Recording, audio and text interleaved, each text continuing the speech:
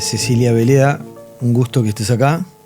En general trato de que brevemente los que vienen se presenten y qué etiquetas o qué aspectos o atributos resaltarías para presentarte. Bueno, yo primero tuve una formación en Francia. Tengo un recorrido creo que bastante sinuoso o heterodoxo de alguna forma, porque soy psicóloga formada en la Universidad de Buenos Aires y luego hice una maestría en Ciencias de la Educación en la Sorbona, en la ex Sorbona. Y después hice un doctorado en Sociología de la Educación con François Dubet, dirigida por François Dubet y Emilio Tenti Fanfani. Y entonces pasé como de la psicología a las ciencias de la educación, la sociología de la educación, y luego de eso me vine a la Argentina y estuve trabajando 15 años en CIPEC, junto con Axel Rivas y Florencia Mesadra, en distintos proyectos de investigación aplicada y asesoramiento a gobiernos en temas de política educativa, siempre con una mirada desde la sociología de la educación, es decir, con una preocupación muy fuerte por las desigualdades. Y luego de eso salté a la función pública, estuve a cargo del Instituto Nacional de Formación Docente entre fines de 2015 y fines de 2019. Entonces también a partir de ahí siempre había tenido una vocación por la función pública, por hacer eso que la recomendaba. Gestión, que se dice. Sí, la gestión creo que es un concepto un poco degradado de lo que es el gobierno de la educación, ¿no? Es el concepto instalado, es la jerga, pero creo que deberíamos hablar más de gobierno de la educación, más que de gestión, que en realidad es lo que más se hace, ¿no? Administrar el sistema educativo. Y bueno, fue una gran experiencia esa del Infod. Sigo conservando una vocación por la función pública. Así que si tuviese que decir, es una formación heterodoxa tanto en lo temático como en el tránsito entre la investigación y la política educativa y la hechura de la política educativa, ¿no? Y a veces eso es una ventaja, a veces una desventaja, en el sentido de que soy demasiado tecnócrata para la política y soy demasiado, digamos, poco académica para el mundo de la academia, pero creo que visto desde el punto de vista positivo, tomo cosas de los dos mundos que se retroalimentan. ¿Y hoy dónde te... en estos dos grandes ámbitos de desarrollo, ¿dónde te encontrás más ubicada o desarrollándote?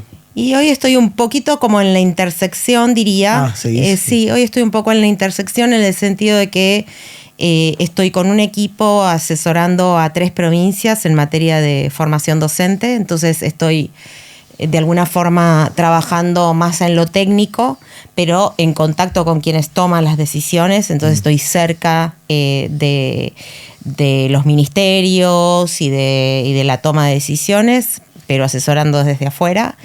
Y por otro lado me convocaron de CIPEC, donde trabajé 15 años en calidad de investigadora principal, es decir, un poco desde afuera, pero a liderar una línea de trabajo sobre temas de docencia que, digamos, tengo como esta formación en sociología de la educación, en política educativa, y dentro del gran tema de la política educativa hay 2 temas en particular que me obsesionan, diría. Uno es la cuestión de las capacidades técnicas de los ministerios de educación, y por otro lado la formación docente, ¿no? Las políticas para la docencia en términos más amplios. Entonces desde CIPEC ahora, para el Día del Maestro, publicamos un documento sobre este tema, un gran diagnóstico sobre, un diagnóstico sintético, pero una diría, una sistematización de los datos y los estudios secundarios sobre los distintos capítulos de la docencia, las condiciones laborales, la carrera, la formación inicial, la formación continua, que concluye con una serie de lineamientos de política educativa con la idea de invitar a unas mesas de diálogo para intentar construir un consenso en torno de este tema tan nodal para la mejora de la educación en el país. Yo te he escuchado hablar, hemos hablado en algún momento, y insistías mucho, y me parece interesante por ahí retomar, que vos planteabas la cuestión de las prioridades y de priorizar y de ser quizás un tanto quirúrgico o tajante con el tema de las prioridades en términos de las urgencias y de los requerimientos más del momento, ¿no? Seguís, o sea, eso lo seguís sosteniendo. Sí, totalmente, sí. Sí, también teniendo en cuenta que hay mucha necesidad de fortalecimiento del Estado. No hay países que hayan mejorado sin estados sólidos o en procesos de consolidación, es decir, de mejora de sus capacidades. La mejora puede nacer de abajo hacia arriba, digamos, por alguna iniciativa social, pero siempre es conducida desde el Estado. Para lograr lo que se llama la mejora sistémica y sostenida, es decir, la mejora de todo el sistema educativo a través del tiempo, no un salto de mejora de 4 años, sino una mejora que se mantenga a través del tiempo, que es lo deseable. Para eso hace falta un Estado fuerte. Y nuestro Estado no está en esa situación, ni el Estado nacional, ni los estados provinciales. Entonces, con más razón aún, es indispensable poner un foco claro, hacer converger las energías en ese foco y de esa forma también ir consolidando las capacidades, es decir, que los ministerios vayan adquiriendo cierta gimnasia en ciertas cosas que hay que hacer bien para lograr la mejora sistémica sostenida, pero en un principio con un foco bien claro, que de alguna manera está sucediendo esto en este momento. Está sucediendo que hay mejoras, se están dando mejoras en los ámbitos ministeriales. No, eso está por verse. Sí, se está dando el hecho de que hubo un acuerdo importante a nivel federal acerca de priorizar la alfabetización inicial como urgencia. Y desde el año pasado se está implementando en todo el país una política de alfabetización inicial en las 24 provincias con nuevos instrumentos de política. Es decir, el déficit en términos de alfabetización inicial, ¿cuál es hoy? Antes de la implementación de esta política, prácticamente 1 de cada 2 estudiantes no estaba cabalmente alfabetizado en tercer grado. ¿1 de cada 2? Sí. Es grande. Es muy importante. Y hay distintos indicios de que es una problemática que estaba en rauda agudización. Es decir, que inclusive había cada vez más estudiantes que estaban llegando al nivel secundario sin estar adecuadamente alfabetizados. Al concluir la secundaria, 1 de cada 2 no comprende textos adecuadamente. Y eso lo sabe cualquier profesor de universidad o de instituto de educación superior. Llegan a la universidad sin es, por otro lado, bueno, comprensión de textos, ¿no? Es que la comprensión de texto, que es una capacidad que se desarrolla. Seguro, es comprensión de textos que va de la mano de la expresión oral, digamos, la capacidad de expresarse fluidamente en el plano oral, y también la escritura, ¿no? Fuertes dificultades en la escritura. Entonces, toda esa, digamos, deserción que se observa en el inicio de la educación superior tiene que ver en buena medida con esa capacidad fundamental que se inicia con la alfabetización inicial desde el jardín de infantes, desde el nivel inicial y en los 3 primeros años de la educación primaria. El paradigma o sea, estás hablando de dos cosas que son correlativas, entiendo, que es la alfabetización y la comprensión de textos. Y vos que tenés ya una experiencia, digamos, a veces tenemos más experiencia de la que querríamos, pero bueno, es así. ¿Ese paradigma fue variando? ¿Qué paradigma, perdón? Quiero decir, por ahí está mal expresada la noción y la idea de cómo concebimos la alfabetización y cómo concebimos la comprensión de texto. ¿Ha ido variando o se mantiene la misma noción? ¿Esas dos nociones se mantienen iguales que hace 20 o 30 años? ¿Qué implica comprender textos? Sí. No, yo diría que sobre eso hay ciertos parámetros que ya están establecidos, relativamente estables. De hecho, en la Argentina tenemos desde el año 93 los operativos nacionales de evaluación que evalúan eso a través de evaluaciones por opción múltiple que testean la comprensión, digamos. Y esos parámetros no se han modificado sustantivamente. Hay criterios para establecer incluso niveles de comprensión. Si se trata solamente de una comprensión de la información explícita en el texto, si se comprende también la información explícita, es decir, hay grados o niveles de comprensión lectora también. Y bueno, en todos los planos estamos complicados. Y eso lo demuestran también las evaluaciones internacionales, ¿no? Y digamos, está toda esta cuestión leía hoy, por ejemplo, de nuevo, del rol y de la centralidad de la matemática en el aula. ¿Compartís esa preocupación? En términos de los resultados actuales. No, y de la importancia y de la relevancia que tiene en el aula la enseñanza de matemáticas. Sí, por supuesto. Es lo que se llama los fundamentos, ¿no? Es los fundamentos, lengua y matemática, digamos, y el pensamiento matemático, el pensamiento lógico matemático, que se aplica más allá de la matemática a un montón de otras situaciones, son los saberes indispensables, ¿no? De alguna forma. Y en ambos estamos muy mal, porque en este momento esta política federal tiene todo el foco puesto en la alfabetización inicial, pero a su vez en matemáticas los resultados son peores. En matemáticas, según las propias evaluaciones nacionales, el 80% de los estudiantes está en el nivel básico o por debajo del nivel básico en matemática.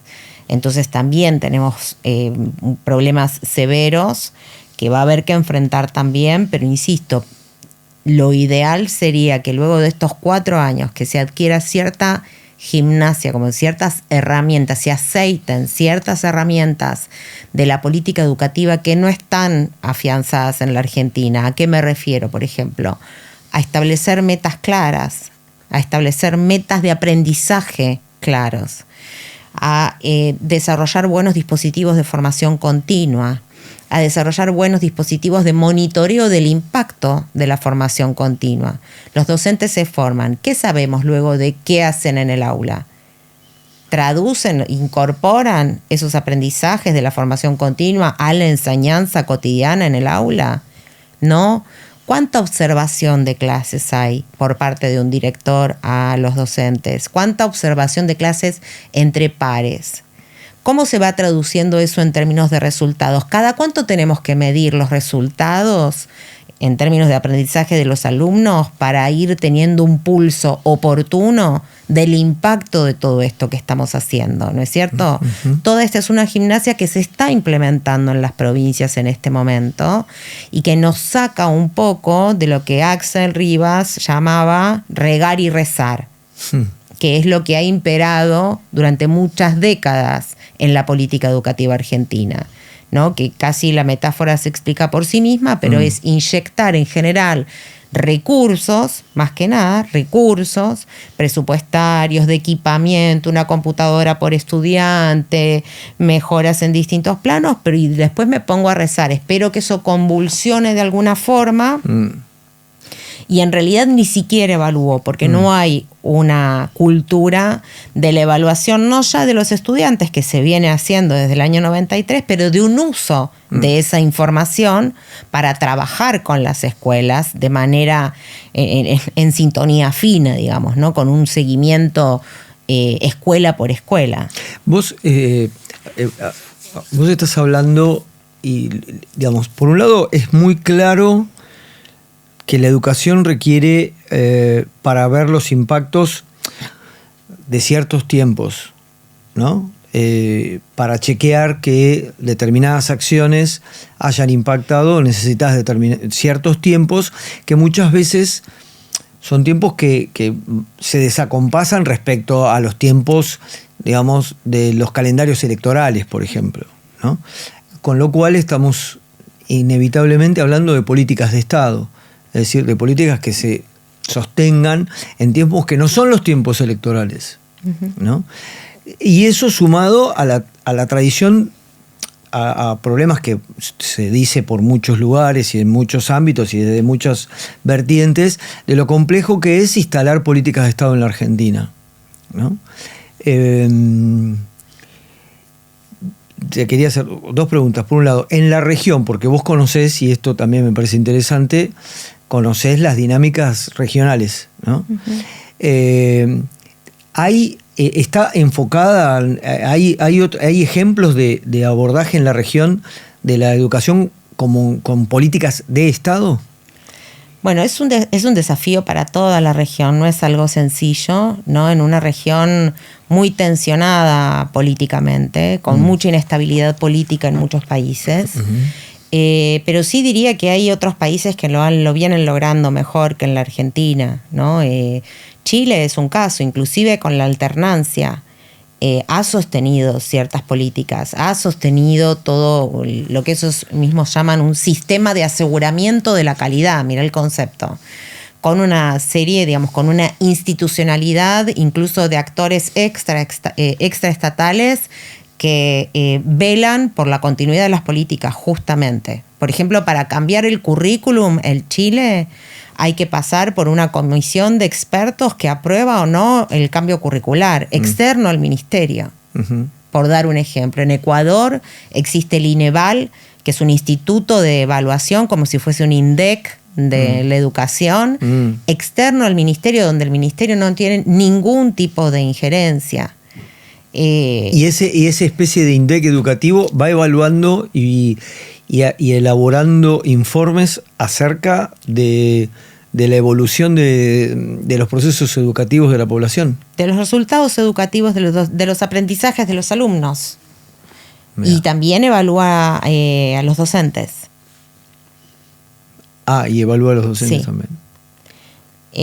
Pero después hay otros casos también en Chile, en Ceará lleva y Pernambuco, que son dos casos estelares de Brasil, de los cuales se viene hablando mucho, vienen sosteniendo una línea de política también con alternancia partidaria desde el año 2007. A tal punto que esos equipos que primero habían partido incluso en el 97 del municipio de Sobral, que luego fueron al Estado, hoy están en el Ministerio Federal de Educación. Y esa experiencia, ambas experiencias, la de Ceará más centrada en la primaria y la de Pernambuco en secundaria, ahora con la colaboración de distintas fundaciones del tercer sector, se están tratando de expandir al resto de los estados. Muchos ministros exitosos que han podido desarrollar mejoras en ciertos estados empiezan a desempeñarse en otros estados. En todos estos países también lo que existe es un blindaje del Ministerio de Educación frente a la política partidaria, ¿no es cierto? Hay una especie de mayor prevalencia del saber técnico. Una profesionalización. Una profesionalización de los equipos y del modo de hacer política educativa. En la Argentina la política partidaria está metida en muchísimas de las decisiones cotidianas de la política educativa. desde quienes asumen los cargos en los ministerios, hasta dónde se abren escuelas, hasta decisiones que se toman en función de las elecciones. Sí, sí. Digamos, en líneas generales se dice los problemas que tiene la profesionalización de los equipos estatales. En líneas generales hay algo que se diría que es cultural en la Argentina, digamos, ¿no? Y hay, digamos, ¿cómo sigue? ¿Cuál es el rol y la presencia? Digamos, se sabe que hay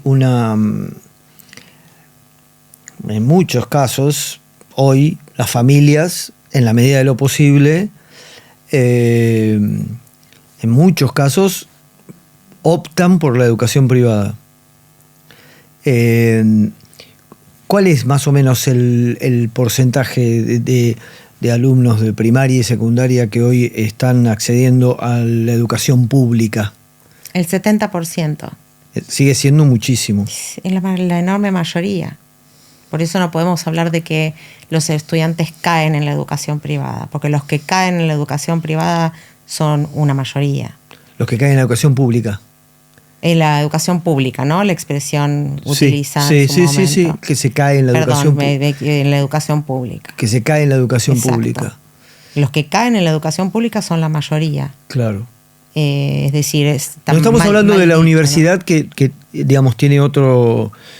No, estamos hablando de la educación básica. A donde van todos. Hoy van todos. Desde la sala de 4 hasta el último año de la secundaria van prácticamente todos. O sea, sigue siendo porque, digamos, en la actualidad, además, está el agravante, digamos, a las condicionantes y a las características culturales de cómo funciona la estatalidad en la Argentina, se le agrega un discurso que demoniza al Estado y que plantea inclusive que la educación es una actividad que cada individuo debe gestionar por sí misma y cada familia. Sí, esos son discursos, no es el día a día del sistema educativo, Hoy la educación sucede en escuelas que abren todos los días a cargo de docentes que están al frente de una realidad social muy compleja, en particular en las escuelas públicas, estatales, con lo cual puede haber discursos que planteen muchas cosas, pero en los hechos hoy la educación sucede en las escuelas que están a cargo de los estados provinciales en forma directa. Indirectamente también el Ministerio Nacional o la Secretaría Nacional tiene un rol también, pero hoy los gobiernos provinciales tienen un rol fundamental. Claro, estos discursos que son emitidos desde los cargos principales del Estado, de alguna manera, yo lo que lo planteo es que en algún punto hacen más difícil sostener políticas o conseguir políticas de Estado sostenibles, ¿o no? Sí, son discursos. Después, insisto, digamos, puede haber expresiones desde un presidente sobre cómo deberían ser las cosas, pero las cosas en los hechos suceden de otra forma. Los chicos y las chicas hoy, los jóvenes, aprenden en las escuelas que abren sus puertas todos los días, pese a innumerables dificultades, por la situación social de la niñez y la juventud, por los bajos salarios docentes, por las malas condiciones de infraestructura, por la discontinuidad de las políticas. Es decir, es muy complejo hoy ejercer la docencia. Y la enseñanza y el aprendizaje hoy están en los hombros de los docentes, además de la atención de toda una situación social muy compleja que se está viviendo. Entonces, las expresiones, y además, insisto, vivimos un federalismo en el cual los gobiernos provinciales tienen muchas responsabilidades y una gran cuota de poder a la hora de definir la política educativa. Con lo cual, no hay que mirar tanto el gobierno nacional, sino principalmente los ministerios provinciales o los gobiernos provinciales, en particular las definiciones y la relevancia que los gobernadores le otorguen o no a la educación. Ahora, eso en términos curriculares requiere altos niveles de acuerdo. El currículum no diría que es el mayor, la mayor dificultad. Hoy existen los núcleos de aprendizaje prioritarios establecidos por consenso a nivel nacional y sobre esos núcleos de aprendizaje prioritarios cada provincia elabora sus diseños curriculares. No, el mayor problema no está en los diseños curriculares, sino en la enseñanza y en cómo se contribuye a fortalecer la enseñanza. Y hay toda hoy una, digamos, hay casi, no quiero yo, no quiero yo etiquetar o calificar, pero está claro que hay muchos debates en torno al impacto de las tecnologías y en particular del celular en el aula, digamos, ¿no? Conocemos casos de todo tipo al respecto, ¿no? Y no solo eso, sino lo que trae aparejado en la vida escolar todo el tema redes, ¿no? Eso complica la situación del proceso de enseñanza. Desde ya es otro factor que complejiza. Por empezar, porque el acceso al celular y a las redes, muy tempranamente en la Argentina, inclusive en comparación con otros países, modifica por completo los intereses y la capacidad de atención de los estudiantes. Hoy sabemos que inclusive con los adultos es mucho más difícil capturar la atención. 7 segundos Instagram, dice. Bueno, es muy difícil, ¿no es cierto? ¿Cómo compite un docente con TikTok, ¿no es cierto?, en el aula? Con lo cual hay distintos planos. Por un lado, aunque el celular no estuviese en clase, hoy la disposición para el aprendizaje, las dificultades para interesar a las nuevas generaciones es muchísimo mayor que en el pasado. Entonces, aunque el celular no esté en el aula, ¿no? Claro. La capacidad, la posibilidad de focalizar, la capacidad de leer un texto de corrido se ha visto disminuida hasta en nosotros, digamos, nuestra generación que crecimos leyendo, que no teníamos el celular, aún en nosotros, imaginemos en los más jóvenes, ¿no? Entonces, por otro lado está todo el debate de si se habilita o no el uso del celular en clase. Eso es un debate internacional y hoy lo que sabemos es que cada vez más países están prohibiendo el celular, no solamente en clase, sino en los recreos, que hay toda una serie de estrategias para que los estudiantes dejen el celular en el ingreso a la escuela para que no lo tengan ni en el recreo, porque eso afecta también la socialización, claro, el juego, el contacto interpersonal entre las chicas y los chicos. Es interesante eso, porque ahí, esto que vos decís, o sea, están cada vez más países están optando por esas restricciones. Sí, sin ir más lejos, Brasil, que es un país en proceso de mejora. Si Brasil continúa la curva iniciada, sobre todo con los estados que tienen muy buenas experiencias de política, que están, entre comillas, exportando al resto de los estados brasileros, con una sistematización muy precisa de las estrategias que les permitieron mejorar, si ese proceso continúa, Brasil va a continuar en una curva de mejora muy interesante. En ese contexto, el verano pasado Brasil prohibió el celular desde el nivel inicial hasta la finalización de secundaria, recreos incluidos, para dar un ejemplo. Pero así ha sucedido en 1 cada 4 países hasta el momento. Hay un informe muy interesante de UNESCO del año pasado que tiene más de 500 páginas donde se sistematiza todo lo que sabemos hasta ahora sobre el uso de las tecnologías digitales en educación, que es un informe de lectura indispensable para cualquier interesado en la temática, que muestra mucha prudencia, digamos, de toda la fascinación que hemos tenido respecto de la incorporación de las tecnologías digitales en la escuela. Este informe, si tuviese que decir la síntesis en una palabra, es prudencia, porque no hay suficientes evidencias hasta el momento sobre el impacto de la incorporación de las tecnologías digitales en los aprendizajes. Los impactos positivos identificados son acotados, por ejemplo, para los estudiantes con dificultades visuales o auditivas, por ejemplo, para ciertas capacidades matemáticas. Es decir, aún no hay evidencia contundente, y un caso paradigmático de la región es el Plan Ceibal. El Plan Ceibal, que es de Uruguay, implementado desde el año 2007, no ha tenido impacto en los niveles de aprendizaje. ¿En qué consistía el Plan Ceibal?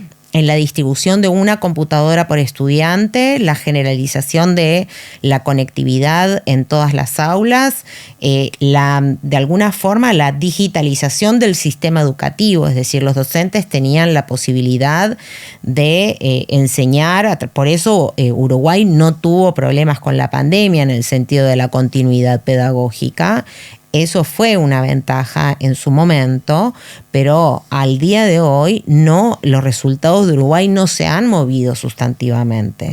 Con lo cual hay que ser muy prudentes, analizar cuál es el impacto versus el costo de la inversión en las tecnologías digitales también. Digo, retomando el ejemplo de Conectar Igualdad en su momento, porque si no podemos pensar en políticas que sean más bien políticas sociales, digamos, de achicamiento de la brecha digital, pero no son políticas pedagógicas. Claro. Ahora, quizás, no sé, yo te lo pregunto, el otro día acá estuvo Flavia Costa, estuvo Pablo Manolo Rodríguez, que son expertos en filosofía de la técnica, investigadores desde las ciencias sociales, y tienen una mirada de discutir, pero discutir con estas nuevas, que sean nuevos desafíos al conjunto de la especie, digamos. Y yo creo que, no sé, me parece que también el sistema educativo y el ámbito educativo está sosteniéndose en alguna concepción de lo humano también. Sí, por supuesto. En ese sentido, como Tedesco decía, en algunos aspectos el sistema educativo tiene que ser contracultural, ¿no? Hoy Pero eso es súper interesante, porque no era el origen ese, ¿no?, del sistema educativo, ser contracultural. ¿O sí? Es una buena pregunta. A ver, depende de dónde situemos el origen o de qué origen estemos hablando. Uh-huh. Pero de alguna forma nuestro sistema educativo nació con un mandato contracultural, en el sentido de que en una sociedad constituida por inmigrantes de diversos orígenes, el sistema educativo tenía que ser contracultural en el sentido de alfabetizar en español, ahí donde había estudiantes uh-huh. Que hablaban múltiples lenguas, uh-huh. construir una nacionalidad argentina donde no había una uh-huh. idea de nación. Uh-huh. En ese sentido fue contracultural, es decir, tenía que construir otra cultura, una nueva uh-huh. cultura. Uh-huh. Hoy quizás esta medida que se toma en Brasil, por ejemplo, u otras que podríamos imaginar, tienen que ver en parte con ponerse de espaldas a una fascinación con las pantallas para invocar la importancia del contacto humano, de la interacción entre las personas, de recuperar habilidades que estamos perdiendo. Con Pablo hablábamos de lo aludíamos al menos, o sea, oscilar entre la tecnofilia y la tecnofobia. ¿El sistema educativo en qué lugar se pone? ¿Trata de ser equidistante? No, ahí estoy de acuerdo que hay que encontrar una avenida del medio, pero para eso, como en todos los aspectos de la política educativa, hay que parar la pelota y mirar la cancha y pensar e indagar y tomar decisiones informadas. Yo en este momento estoy asesorando a 3 provincias en materia de formación docente y algo que observo es que en toda esta discusión los institutos de formación docente están en el olvido. Es decir, hoy no estamos. Los institutos de formación docente no tienen conectividad. Los estudiantes de la formación docente no tienen una computadora, estudian con el celular como pueden. Y el universo de institutos y de estudiantes es mucho más acotado que el del sistema educativo, pero equipamos al sistema educativo, pero no equipamos a los institutos. Entonces, por ejemplo, doy un solo ejemplo, pero después también podríamos pensar en que haya excelentes carritos con muy buenas computadoras, bien mantenidas, con buena conectividad en aulas y que haya actividades permanentes de uso de la tecnología, diversas tecnologías, aulas digitales, pizarras digitales. Hay que analizar qué es lo viable, qué es lo más relevante de uso ocasional. Cuando digo, si estamos planteando quizás que el celular es mejor que se quede fuera de la escuela, eso no implica desterrar la tecnología de la escuela. No debería asumirse como un acto tecnofóbico. Exacto. Hay que encontrar una avenida del medio, digamos, un equilibrio de un uso pertinente, inteligente y factible desde la política pública, porque ahí muchas veces cuando discutimos esta deseabilidad de la tecnología nos olvidamos de la factibilidad. Claro. ¿Por qué? Porque ahí hay mantenimiento del equipamiento, hay formación docente, hay expansión de la conectividad que todavía no está garantizada. Entonces, no está garantizada en todas las escuelas y en todas las aulas, porque una cosa es que la escuela tenga conexión en la secretaría, en la dirección de la escuela, y otra cosa es que tenga conexión en todas las aulas para poder usarlo, ¿no es cierto? Entonces, hay que tratar este tema con sensatez, me parece. Sí. Pensaba varias cosas.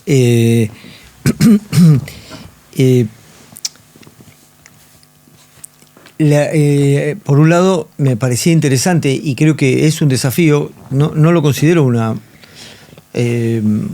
algo que yo reproche, sino que me parece que efectivamente el sistema educativo hoy es tanto un desafío que es cómo plantarse ante lo nuevo, porque de lo que estamos, todo esto es lo nuevo, digamos, ¿no? Y uno diría, bueno, a diferencia de otras épocas, pareciera que el sistema educativo está más en una actitud de conservar cosas y se tiene que hacer cargo de eso. Sí, el sistema educativo siempre ha tenido, se habla, esto desde distintos estudios lo ponen en términos como la cultura escolar o la gramática escolar, que es como la reproducción de ciertas prácticas, ¿no? que se automatizan en un punto, los ritmos, los recreos, la organización por grupos etarios, los actos escolares, ¿no? Muchas cuestiones que se repiten pese a que ha habido cambios también. Y sí, esa fuerza es muy potente, la de la conservación. En parte también parte de esa conservación tendrá su razón de ser, digamos, en el sentido de lo que decíamos antes, ¿no? De ser contracultural en algún punto. Pero sí que hay cosas que se tienen que mover, que tienen que cambiar. Pero creo que para que eso suceda en todo un sistema educativo, que es lo deseable, no podemos reposar sobre las voluntades individuales de los docentes o de las escuelas. Esto tiene que partir de la política educativa, y para eso tenemos que otra vez fortalecer las capacidades de la política educativa. Pero ahí también, y como para digamos, y viendo, digamos, cuestiones que tampoco están absolutamente circunscriptas a tomas de decisiones exclusivamente del sector educativo. Pienso, durante muchísimo tiempo, y está hablado por todos lados, digamos, el sistema educativo reposaba sobre cierta idea futura de la sociedad para la cual el sistema educativo formaba futuros profesionales y dotaba de capacidades básicas para personas que fueran competitivas en el mercado laboral. Un mercado laboral que era más o menos imaginable, digamos, ¿no? ¿El sistema educativo hoy puede hacer eso? Bueno, esto está muy tematizado a nivel internacional porque no somos el único país que se enfrenta a esta incertidumbre. No, claro, ¿no? te lo preguntaba, claro. Y a este cambio cultural permanente y del mercado de trabajo y de la economía y de la tecnología. En este sentido se plantea, y la Argentina va muy paulatinamente en esa dirección, que es importante desarrollar en los estudiantes estos fundamentos de los que hablábamos antes, ¿no? Lengua, matemática, y las ¿sigue áreas, siendo esos dos? Las áreas centrales, diría también, ciencias naturales, ciencias sociales, y a la vez ciertas capacidades transversales, ¿no? Entre otras, por ejemplo, aprender a aprender. Claro. Porque además, en un contexto de prolongación de la vida, el sistema educativo obligatorio que llega hasta los 17 años se va a quedar corto, es decir, vamos a tener que ir hacia un esquema de aprendizaje a lo largo de toda la vida, más allá de que las personas cursen o no la educación superior, que además va a seguir creciendo, ¿no? Entonces, esa capacidad de aprender a aprender, que parte además de la curiosidad, porque para yo individualmente, de manera autónoma, pueda seguir aprendiendo a lo largo de la vida, tenga la curiosidad de hacer un curso que necesito, tenga la iniciativa para seguir formándome, tengo que desearlo primero. Claro. Entonces, la motivación... algo del deseo, Exacto. algo de... Sí. Exacto. ¿Y el sistema educativo produce eso? ¿Está haciendo...? Es una pregunta muy... Sí. Yo creo que sí, que muchísimos docentes lo hacen cotidianamente en el aula. Siento que a la vez hay muchos factores que aplastan, ¿no? Que aplastan ese deseo. Por parte de los estudiantes, todo esto que comentábamos antes, la obnubilación con las pantallas y cómo hasta cerebralmente está cambiando la motivación por el aprendizaje, ¿no? La IA que genera la sensación de que en 3 segundos de todas formas puedo responder 1000 preguntas. Estamos ante un cambio, es un tsunami, digamos, de paradigma total, que nos va a obligar a replantearnos muchas cosas, que inclusive hoy, para las cuales hoy no tenemos respuestas. Pero sí que esto exige más formación por parte de los docentes también, ¿no es cierto? Porque sin dudas hay que diversificar las estrategias de enseñanza, hay que ese estudiante que antes tenía como el oficio del estudiante estaba más dado, ¿no? O sea... Claro. Yo íbamos a la escuela y sabíamos qué teníamos que hacer. Y había alguno que se podría salir un poco de libreto, pero sabíamos qué era ser un estudiante. Hoy todo eso está en cuestión. Sí. no está dado el interés del estudiante o la mínima disposición en el aula, ¿no es cierto? No, inclusive el trabajo en sí, el trabajo de alumno, de aprender, está absolutamente trastocado, porque lo más lógico, lo más frecuente es que te digan, bueno, agarro ChatGPT y lo resuelvo en 3 segundos. Exacto. Entonces eso obviamente interpela, pero de lleno, la tarea docente, las formas de aprendizaje, y ahí estamos. Ahora, en ese sentido, ¿no? Obviamente son todos temas que dan para muchísimo, pero hay uno de los compromisos, siempre lo fue, pero quizás ahora esté como más de manera más patente puesto como prioridad el rol de constructor de sociabilidad de la escuela. Sí, obviamente, no va a quedar reducido a eso. Yo creo que no deberíamos de reducirlo a eso, pero obviamente sí, la escuela tiene un rol de cuidado, que lo vimos en la pandemia, ¿no? Y no solamente en la pandemia, o sea, la escuela hoy cumple un rol en el funcionamiento de la sociedad, porque mientras los adultos hacen otras cosas, trabajan o buscan trabajo o ven cómo sobreviven, mientras tanto los chicos tienen que... Pero digo porque, por ejemplo, esta decisión de no permitir el celular ni siquiera en los recreos supone asumirse como el ámbito y el actor que va a permitir cierta dinámica de interacción entre los humanos. Sí, totalmente, sí. Por eso yo estaba retomando, por un lado, el rol del cuidado, pero también el rol de socialización, por supuesto. Por supuesto, sí, es un rol muy importante. Porque ahí el problema es que la tecnología y toda esta revolución tecnológica está planteando otra sociabilidad. Uh-huh. Sí, una sociabilidad más superficial, podría decirse, online, sin... Digitalizada, por lo menos. Digitalizada, sí, sin un contacto personal. Uh-huh.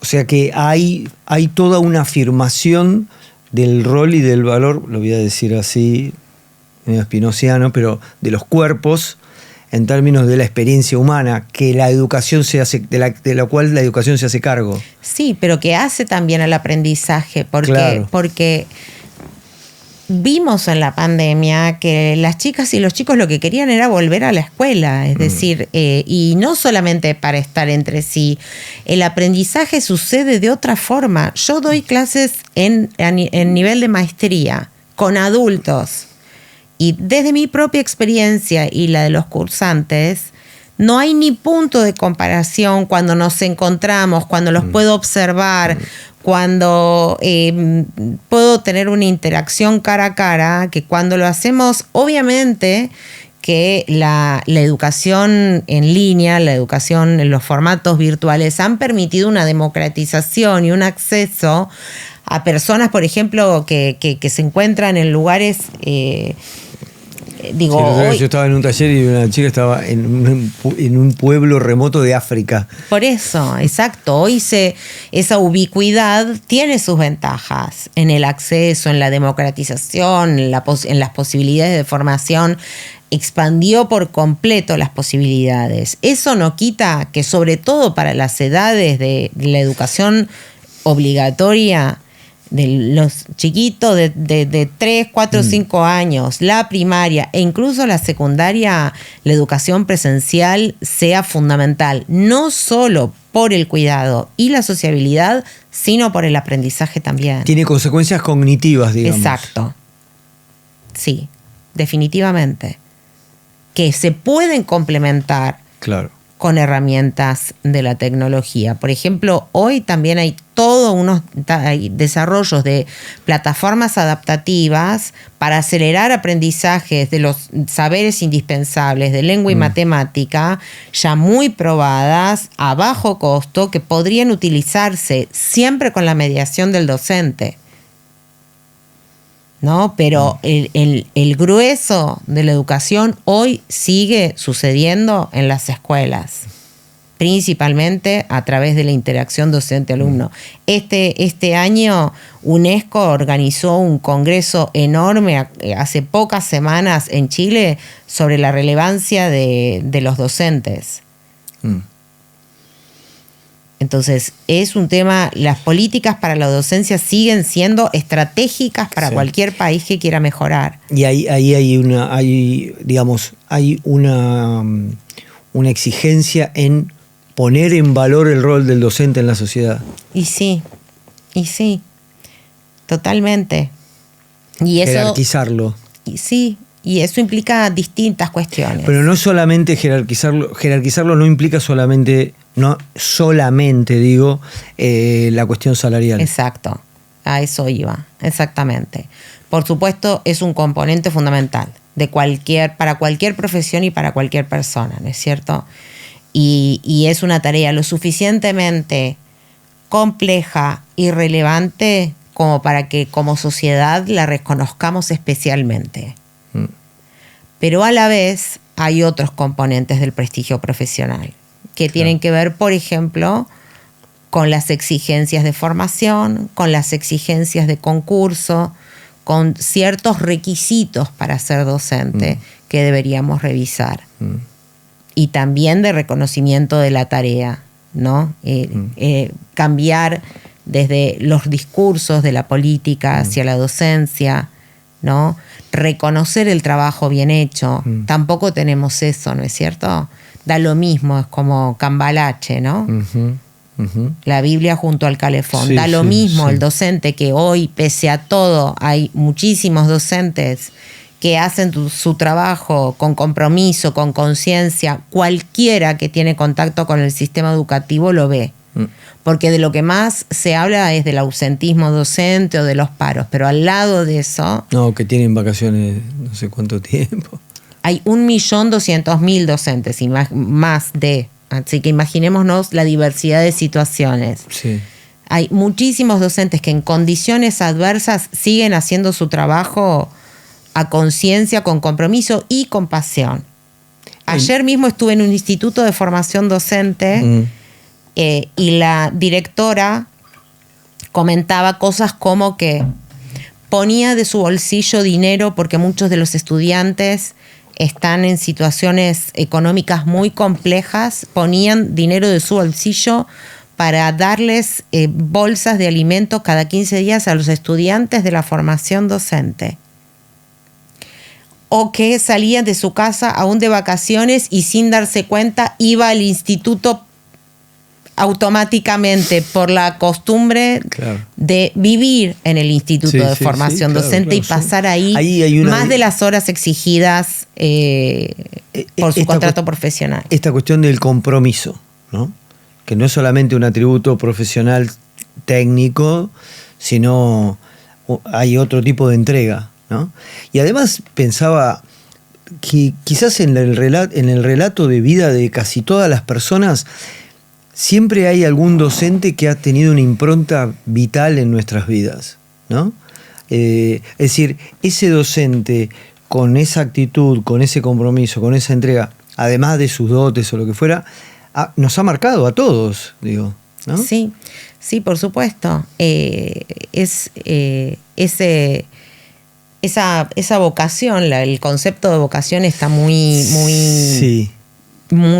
denostado, pero creo que hay algo que va por el lado de la vocación, que tiene que ver otra vez con lo que decíamos antes, con el deseo de despertar a otros, con el deseo de dejar esa semilla de amor por el aprendizaje en algún punto, de amor por la autosuperación, de búsqueda de autosuperación, que es muy importante en la profesión docente, casi como en ninguna o en muy pocas. Pero tampoco podemos reposar sobre heroísmos individuales, ¿no es cierto? El sistema tiene que contribuir con ese compromiso, tiene que acompañar ese compromiso y tiene que generar determinadas condiciones para que ese compromiso se sostenga y crezca.